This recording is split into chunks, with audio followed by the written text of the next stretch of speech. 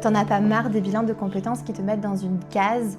On te fait passer des tests, on te fait remplir des grilles, on te fait questionner tout ton entourage, on te demande de te projeter et tout ça on le fait sur ton état actuel. C'est-à-dire que tu es toujours dans le flou, tu sais plus véritablement qui tu es, tu as essayé de te questionner déjà de ton côté avant d'acter un bilan de compétences et on te fait faire tous ces exercices-là sur ton état émotionnel comme il est en fait, dans ce flou, sans prendre conscience de qui tu es.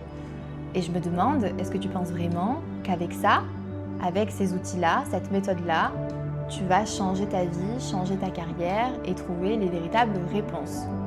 Peut-être que pour certains ça marche, ceux qui ont déjà une bonne conscience de leur identité, de qui ils sont, de leurs besoins et qui ont juste besoin d'un coup de pouce pour réorienter leur carrière, potentiellement. Pour ceux qui sont dans ce flou-là, qui se sentent vraiment en perte de sens, qui ont essayé de faire des changements, qui ne comprennent pas, qui doutent finalement de qui ils sont versus tout ce qui s'est construit autour d'eux dans leur vie, qui bloquent, qui ont des peurs, qui ont des croyances, ça ne peut pas fonctionner. C'est forcément un résultat qui ne sera pas à la hauteur de l'attente que tu as quand tu démarres un bilan. Et en fait, c'est là-dessus que j'ai envie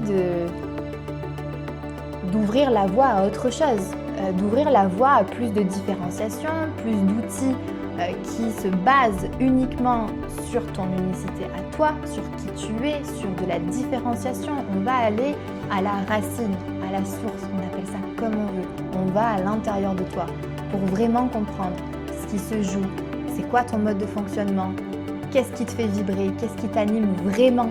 Et on va enlever les couches de croyances, de peurs, de blocages.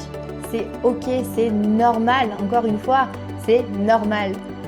Mais c'est que comme ça, avec ce travail qui remue un peu, forcément, qu'on va retrouver l'origine de ce qui te fait vibrer vraiment. Et ensuite, on peut attaquer et avoir un focus sur ta carrière. Et si tu as déjà essayé, que ça n'a pas marché, repose-toi la question. Comment j'ai fait? Avec quoi j'y suis allée? Sur quoi je me suis basée pour répondre à toutes ces grilles, ces cases, ces exercices qu'on te demande de faire à la maison, qui te demandent beaucoup de temps d'ailleurs. Comment ça s'est passé pour toi?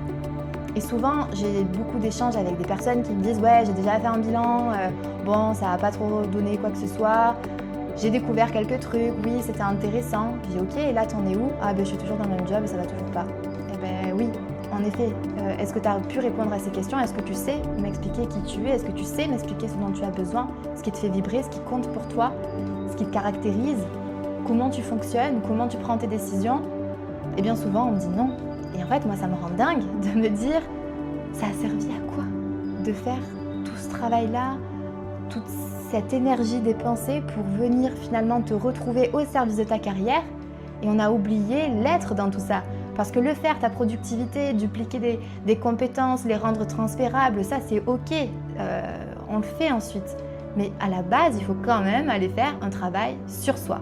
Donc voilà, c'était ma réflexion d'aujourd'hui sur les bilans de compétences et c'est pour ça qu'aujourd'hui, je propose vraiment une alternative pour reconnecter à qui tu es. Pour moi, c'est l'essentiel du travail à mener.